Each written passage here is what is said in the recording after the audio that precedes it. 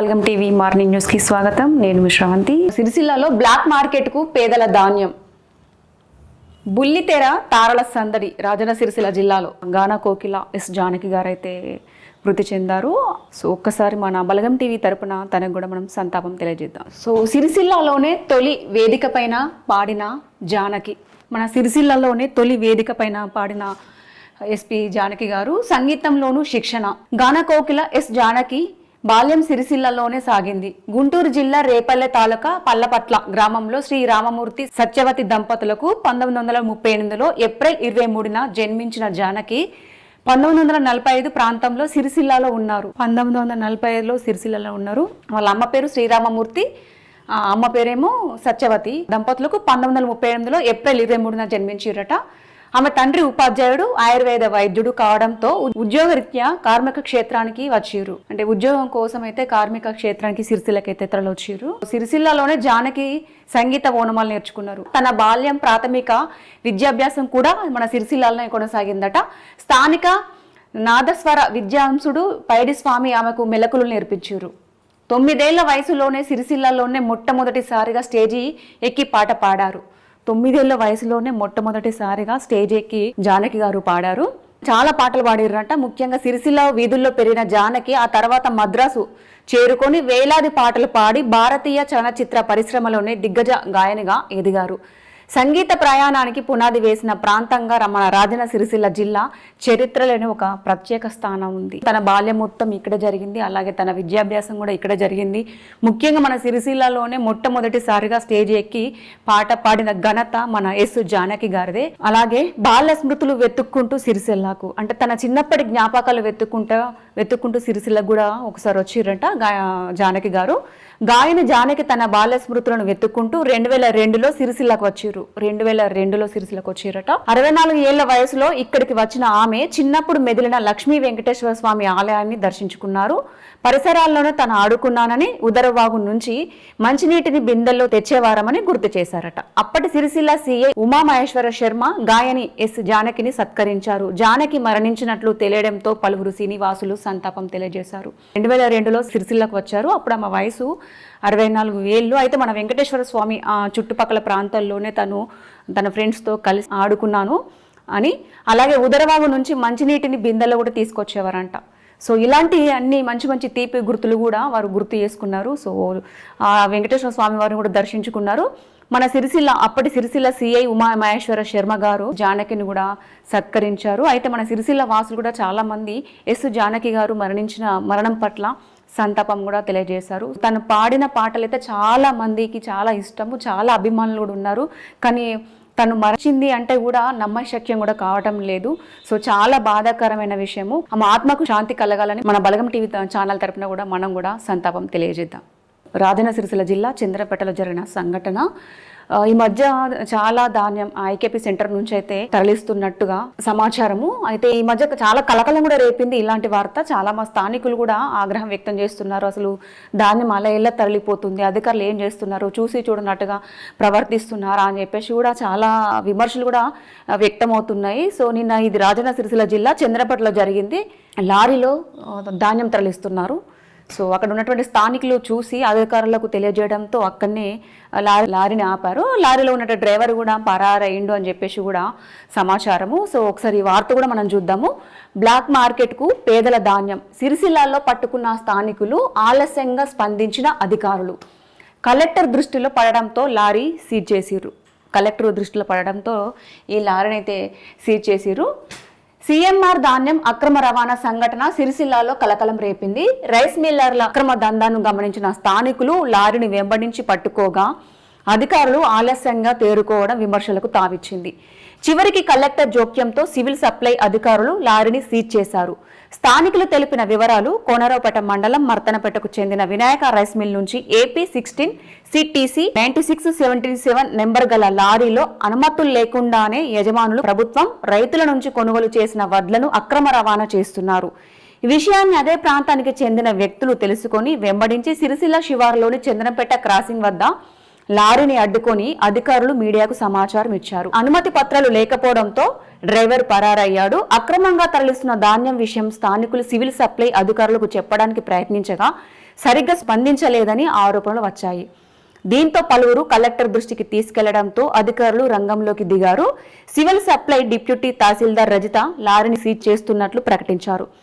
దాదాపుగా 800 బస్తాలు గల లారీని రాఘవేంద్ర రైస్ మిల్లులో తమ ఆధీనంలో ఉంచి ఉన్నత అధికారులకు నివేదించినట్లు వివరించారు. కాగా తమ రైస్ మిల్లు వద్ద ట్రాన్స్ఫార్మర్ పాడవడంతో సిరిసిల్లలోని తమకు సంబంధించిన రేవతి రైస్ మిల్లులో సీఎంఆర్ చేయించడానికే ధాన్యం తీసుకెళ్తున్నట్లు మిల్లు యజమానులు వంశీధర్ పేర్కొనడం గమనార్హము. ఇది నిన్న సాయంత్రం అయితే జరిగింది. ఇది అక్రమంగా తరలిస్తున్నారని చెప్పేసి అనుమానం రావడంతో లారీని అయితే అక్కడ ఉన్నటువంటి స్థానికులు, అంటే అదే గ్రామానికి చెందిన కొంతమంది స్థానికులు లారీని ఆపడంతో డ్రైవర్ కూడా పరారైపోయిండు. అయితే సీఎంఆర్ పాడవడంతో వేరే వాళ్ళకు తెలిసిన రైస్ మిల్లుకు తరలిస్తున్నామని చెప్పేసి మిల్లు యజమానులు వంశీధర్ పేర్కొన్నారు. కలెక్టర్ దృష్టిలో పడడంతో లారీ సీజ్ చేసిరు. అంటే కలెక్టర్ దృష్టికి తీసుకెళ్లడంతో ఈ లారీని అయితే సీజ్ చేసిర్రు. ముఖ్యంగా అధికారులు ఆలస్యంగా తేరుకోవడం పైన కూడా విమర్శలు తావిస్తుంది. స్థానికులు తెలిపారు, కొనరపట మండలం మర్తనాపేటకు చెందిన రైస్ మిల్లు నుంచి AP16 బండి నెంబర్ ఇది AP16 TC 9677 నెంబర్ గల లారీలో అనుమతి లేకుండానే యజమానులు ప్రభుత్వ రైతుల నుంచి కొనుగోలు చేసిన వడ్లను అక్రమ రవాణా చేస్తున్నారు. మర్తనపేటకు చెందిన వినాయక రైస్ మిల్ నుంచి సో ఇది అక్రమ రవాణా చేస్తున్నారని చెప్పేసి ఈ విషయంని వెంటనే అదే ప్రాంతానికి చెందిన వ్యక్తులు తెలుసుకున్నారు. అంటే మర్తనపేటకు చెందిన వ్యక్తులు తెలుసుకొని వెంబడించారు. సిరిసిల్ల శివార్లో చంద్రపేట క్రాసింగ్ వద్ద లారీని అడ్డుకొని అధికారులకు అలాగే మీడియా కూడా సమాచారం అందించారు. అనుమతి పత్రాలు ఇవ్వడంతో అనుమతి పత్రాలు అడుగుతా కూడా కొంచెం కింద మీద చేసిరట, లేవు అని చెప్పేసి డ్రైవర్ కూడా పరారయ్యిండు. అక్రమంగా తరలిస్తున్న ధాన్యం విషయాన్ని స్థానికులు సివిల్ సప్లై అధికారులకు చెప్పడానికి ప్రయత్నించగా సరిగ్గా స్పందించలేదని కూడా ఆరోపణలు వచ్చాయి. దీంతో పలువురు కలెక్టర్ దృష్టికి కూడా తీసుకెళ్లడంతో రంగంలోకి దిగారు. ఎలాంటి పత్రాలు కూడా అంటే లేవు అని చెప్పేసి కొంచెం కింద మీద చేశారంట. వెంటనే అనుమానం వచ్చి కూడా అక్కడ ఉన్నటువంటి స్థానికులు ఎవరైతే లారీని ఆపారో ఆ స్థానికులు కలెక్టర్ దృష్టికి తీసుకెళ్లడంతో లారీని సీజ్ చేశారు. ముఖ్యంగా అధికారులు కూడా వెంటనే కలెక్టర్ గారి ఆదేశాల మేరకు రంగంలోకి దిగారు. మన రాజన్న సిరిసిల్ల జిల్లాలో వడ్లు అనుమతులు లేకుండానే, ఎలాంటి పత్రాలు లేకుండానే ఇలా తరలిపోతున్నాయి. ఇలా చాలా జరుగుతున్నాయి అక్రమంగా ఎటుపోతున్నాయో తెలియదు, ఎవరు పర్మిషన్ ఇస్తున్నారో తెలియదు, దీని వెనుకలు ఎవరున్నో కూడా తెలియదు. అక్రమంగా ధాన్యం అయితే తరలిపోతూ ఉంది. ఇది కొంచెం మనము నిఘా పెట్టాల్సిన విషయము. ఎందుకంటే ఒకసారి చూసి చూడనట్ల కూడా మరి అధికారులు ప్రవర్తిస్తున్నారు. మరి ఎందుకు ప్రవర్తిస్తున్నారో కూడా తెలియదు. ఓటర్ లిస్ట్లో మనము ఒక్కొక్కసారి కొన్ని పేర్లు మర్చిపోతూ ఉంటాము. మరి ఆ పేర్లు కరెక్ట్గా ఉన్నాయా లేవా అని కూడా చూసుకోవాలి. మనం రీసెంట్గా నిన్న కూడా దీని గురించి మనం ఎక్స్ప్లెయిన్ చేయడం కూడా జరిగింది. తాత పేరు లేదా ఓటు గోవింద, అమ్మ పేరు లేదా ఓటు గోవింద, అడ్రస్ లేవా ఓటు గోవింద. ఇలా జరుగుతున్నాయండి. చాలా మందికి వీటి మీద చాలా అపోహ కూడా ఉంది. కొంతమందికి ఫామ్స్ కూడా ఫిలప్ చేయడం కూడా రావటం లేదు. ఎందుకంటే ఇది కొత్తగా తీసుకొచ్చారు అనే ప్రక్రియ. సో చాలా మంది కన్ఫ్యూజన్లో కూడా ఉంటున్నారు. ఇది ఎలా ఫామ్ ఫిలప్ చేయాలి, మరి అందులో ఏమేమి పేర్లు ఉండాలి, ఈ అడ్రస్లు ఎక్కడవి ఉండాలి అని చెప్పేసి కూడా చాలా డౌట్స్ కూడా ఉన్నాయి. మరి ఇదేంటి మరి అర్థం కూడా కావడం లేదు. టైం కూడా దగ్గరకు వచ్చింది, టైం కూడా ఎక్కువ లేదు. సో ఒకసారి చూద్దాము. మారు పేరు సింగరేణి సంతానానికి తాత పేర్లతో మ్యాపింగ్, కొందరు పాత పేరుతో కొనసాగేందుకు నిర్ణయము, గల్ఫ్ కార్మికులకు సజావుగా ప్రక్రియ, ఒకరికొకరు దొరకని ఓటర్ల BLOలు, నగర పట్టణ ప్రాంతాల్లో మందకోడిగా ప్రక్రియ. నగర పట్టణ ప్రాంతాల్లో కూడా కొంచెం లేటుగా అయితే ప్రక్రియ కొనసాగుతుంది. స్పెషల్ ఇంటెన్సివ్ రివిజన్ SIR ప్రక్రియ ఉమ్మడి జిల్లా వాసులను ఉరుకులు పరుగులు పెట్టిస్తుంది. ముఖ్యంగా 2 పేర్లను సింగరేణి కార్మికుల కుటుంబాలు తీవ్ర ఆందోళనకు గురవుతున్నాయి. ఇదే సమయంలో ఇప్పుడు ఓటర్లుగా మారిన వారి పిల్లలకు తాతలు నానమ్మలు కీలకంగా మారారు. 2 దశాబ్దాల కింద సొంతోళ్లు వారు వేసిన ఓట్లే ప్రస్తుత సారులో సహాయపడుతున్నాయి. మారు పేరుతో సింగరేణిలో విధులు నిర్వహించిన పలు సింగరేణి కార్మికులు ప్రక్రియలో తమ సొంత పేర్లు దొరక్క ఇబ్బందులు పడుతున్నారు. 2002లో మారు పేరుతో పనిచేసిన కార్మికుల్లో చాలా మంది సొంతూళ్లకు వచ్చాక సొంత పేరుతో ఓటు నమోదు చేయించుకున్నారు. వీరందరి ఓట్లకు మ్యాపింగ్ చేసే సమయంలో 2002లో జాబితాలో వీరు ఓటేసినట్లు ఎక్కడ ఆధారం. దీంతో వీరు కుటుంబ సభ్యులు తమ ఓట్లు పోయినట్లేనని ఆందోళన చెందుతున్నారు. సింగరేణి పిల్లలకు తాతతో మ్యాపింగ్ అట. 2002లో సింగరేణిలో మారు పేరుతో పనిచేసిన పలువురు కార్మికులు పిల్లలు మాత్రం సొంత పేర్లతో చదువుకున్నారు. ప్రక్రియ మొదలయ్యాక ఆరంభంలోనే తల్లిదండ్రుల ఓట్లకు మ్యాపింగ్ కుదరక ఆందోళన చెందారు. తల్లిదండ్రులతో పాటు తమ ఓట్లు పోతాయని అనుకున్నారు. పలువురు BLOలు కార్పొరేటర్లు చొరవ తీసుకుని 2002లో వారి తాత లేదా నానమ్మల ఓట్లను ఉమ్మడి జిల్లా వారిగా అన్ని నియోజకవర్గాల్లో మ్యాప్ చేసి వారి ఓట్లను మ్యాచ్ చేస్తున్నారు. దీంతో సగం సమస్య తీరింది. అప్పటికే వారి తాత నానమ్మలు మరణించి ఉంటే మాత్రం పరిస్థితి తిరిగి మొదటికొస్తుంది. ఇప్పటికీ సింగరేణి కార్మికులు 2 పేర్ల సమస్యపై ప్రక్రియలో తలెత్తిన ప్రతిష్టంభన ఇంకా వీడకపోవడం గమనార్హం. దీంతో కొందరు కార్మికులు పాత పేర్లతో ఓటర్లుగా కొనసాగేందుకు సిద్ధపడుతున్నారు. ఒకప్పుడు 1.2 లక్షలుగా ఉన్న సింగరేణి కార్మికులు దాదాపు 80% వరకు రిటైర్డ్ అయ్యారు. ప్రస్తుతం 40,225 మంది పనిచేస్తున్నారు. మరోవైపు ఉపాధి కోసం 2022కు ముందే గల్ఫ్ కి వెళ్లిన వారికి ప్రక్రియలో తొలుత ఇబ్బందులు వస్తాయనుకున్నారు. కానీ వారి భార్య తల్లిదండ్రుల ఓట్లు మ్యాపింగ్ చేయడంలో సఫలీకృతమవుతున్నారు. దీంతో గల్ఫ్ దేశాల కార్మికులు ఓట్లకు ప్రస్తుతం ఎలాంటి డోకా లేనట్లనే బిఎల్ఓలు స్పష్టం చేస్తున్నారు. సింగరేణిలో జరుగుతుందండి. అయితే 2002లో వాళ్ళ తాత నానమ్మ వాళ్ళు అప్పుడు ఆ టైంలో ఓట్ల వేస్తే దాన్ని బట్టి అయితే ఇప్పుడు ప్రక్రియలో చాలా క్లియర్గా మనకు ఓటుకు వచ్చే అవకాశం ఉంది. దీనికి లింక్ చేయడం వల్ల కూడా చాలా సమస్యలు కూడా తలెత్తుతున్నాయి.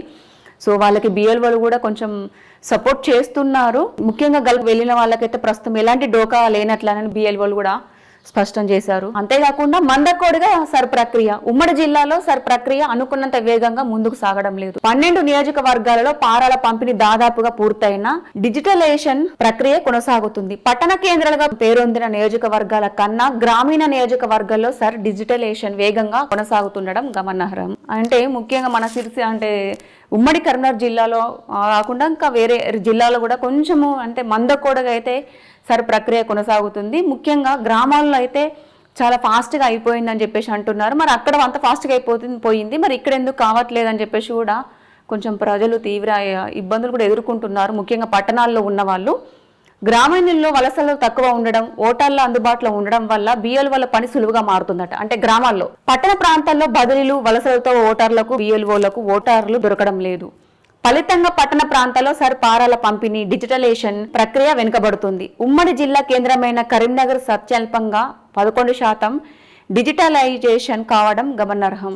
మన ఉమ్మడి కరీంనగర్ జిల్లాలో 11% మాత్రమే డిజిటలైజేషన్ కావడం గమనార్హం అని చెప్పేసి అంటున్నారు. సో ఇదండి ప్రక్రియ. అంతేకాకుండా అసెంబ్లీ కోరుట్ల, జగిత్యాల, ధర్మపురి, రామగుండం, మంతాని అంటే అసెంబ్లీలు పెద్దపల్లి, కరీంనగర్, చొప్పదండి, మానకొండూరు, హుజరాబాద్, వేములవాడ, సిరిసిల్ల బిఎల్ఓలు ఓటర్లు అంటే బిఎల్ఓలు 262. సేమ్ ఇదండి కాన్సెప్ట్. ఒకసారి చూడండి. ఉమ్మడి కరీంనగర్ జిల్లాలోని నియోజకవర్గాల వారీగా ప్రక్రియ వివరాలు ఒకసారి ఇక్కడ చూడండి. ఇక్కడ చేశారు. పట్టణాల్లో చాలా ఆలస్యంగా జరుగుతుంది. ఎందుకంటే చాలా మంది కూడా అంటే ఉద్యోగాల కోసం అయితే వలస వెళ్తుంటారు. ఓటర్లు కూడా దొరకడం లేక బిఎల్ఓలకు ఈ ప్రక్రియ పూర్తి చేయాలంటే కొంచెం అతి కష్టంగా మారింది. గ్రామాల్లో అయితే అందుబాటులో ఉంటున్నారు కాబట్టి అది తొందరగా పని పూర్తయిపోతుంది. ఎవరైతే చేసుకోలేరో ఓటర్ లిస్టులో వారి జాబితా పేర్లు కూడా కొంచెం తొందరగా క్లియర్ చేసుకోండి. డేట్ కూడా దగ్గరికి వచ్చింది. అస్సలు మీరు ఆగపడకండి. అన్నీ చూసుకొని ఫామ్లో క్లియర్గా ఉన్నాయా లేదా, తాత పేరేంటి, నానమ్మ పేరేంటి, అమ్మ నాన్న, మీ వృత్తి, అలాగే మీరు ఇప్పుడు ప్రజెంట్ ఏం చేస్తున్నారు, ఆధార్ లింకు, ఇవన్నీ కూడా అందులో మెన్షన్ చేయండి. ఎవరైనా ఓటీపీ అడిగితే మాత్రం అసలే మీరు చెప్పకండి. చాలా జాగ్రత్తగా ఉండండి. ఎవరైతే చేసుకోలేరో ఓటర్ లిస్ట్ లో మీ పేరు నమోదు వీలైనంత తొందరగా అయితే చేసుకోండి. జంతర్ మంతర్ వద్ద మౌన దీక్ష. ప్రభుత్వ సలహాదారు మాజీ ఎంపీ వి హనుమంతరావు ఇల్లంతకుంట, మానకొండూరు, ఇల్లంతకుంట మండలంలో అయితే నిన్న మౌన దీక్ష చేపట్టారు హనుమంతరావు గారు. అయోధ్య రామ మందిరంలో ప్రజల విరాళాల నిర్వహణలో జరిగిన అక్రమాలపై ఢిల్లీలోని జంతర్ మంతర్ వద్ద ఈ నెల 19న మౌన దీక్ష చేపట్టనున్నట్లు మాజీ రాజ్యసభ సభ్యుడు, రాష్ట్ర ప్రభుత్వ సలహాదారు వి హనుమంతరావు పేర్కొన్నారు.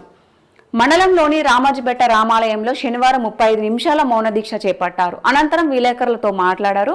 అయోధ్య రామమందిర హుండీ నిర్వహణలో అక్రమాలకు పాల్పడ్డ వారిపై ప్రధానమంత్రి నరేంద్ర మోదీ, ఉత్తరప్రదేశ్ సీఎం ఆదిత్య యోగినాథ్ ఎలాంటి చర్యలు తీసుకోవడం లేదని ఆరోపించారు. సో ఈ నెల 20 నుంచి జరిగే పార్లమెంటు సమావేశాల్లో ఈ అంశాన్ని కాంగ్రెస్ పార్టీ లోక్సభ ప్రతిపక్ష నాయకుడు రాహుల్ గాంధీ ప్రశ్నించాలని కోరుతున్నామని పేర్కొన్నాడు.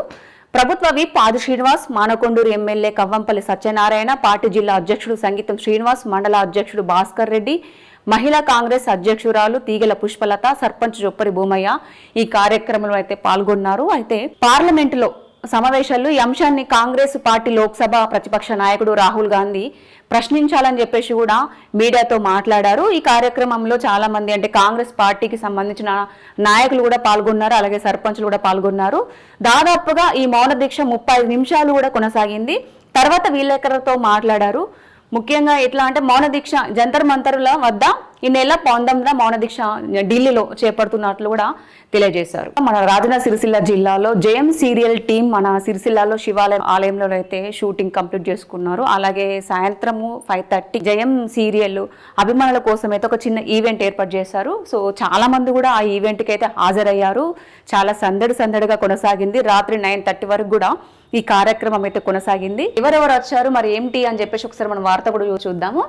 బుల్లితెర తారల సందడి. కార్మిక క్షేత్రంలో బుల్లితెర తారలు శనివారం సందడి చేశారు. ఓ ప్రైవేటు ఛానల్ ఈవెంట్ సందర్భంగా నటులు ఈ శ్రీరామ్ వెంకట్, వర్షిణి, ప్రసాద్ బాబు, శ్రీప్రియ, సరస్వతి, రాఘవ, సంగీత తదితరులు పట్టణంలో జరిగిన ఓ కార్యక్రమంలో పాల్గొన్నారు. శివనగర్ శ్రీ రాజరాజేశ్వర స్వామి ఆలయ అధ్యక్షుడు సిరిపురం కృష్ణ తదితరులు స్వాగతం పలికారు.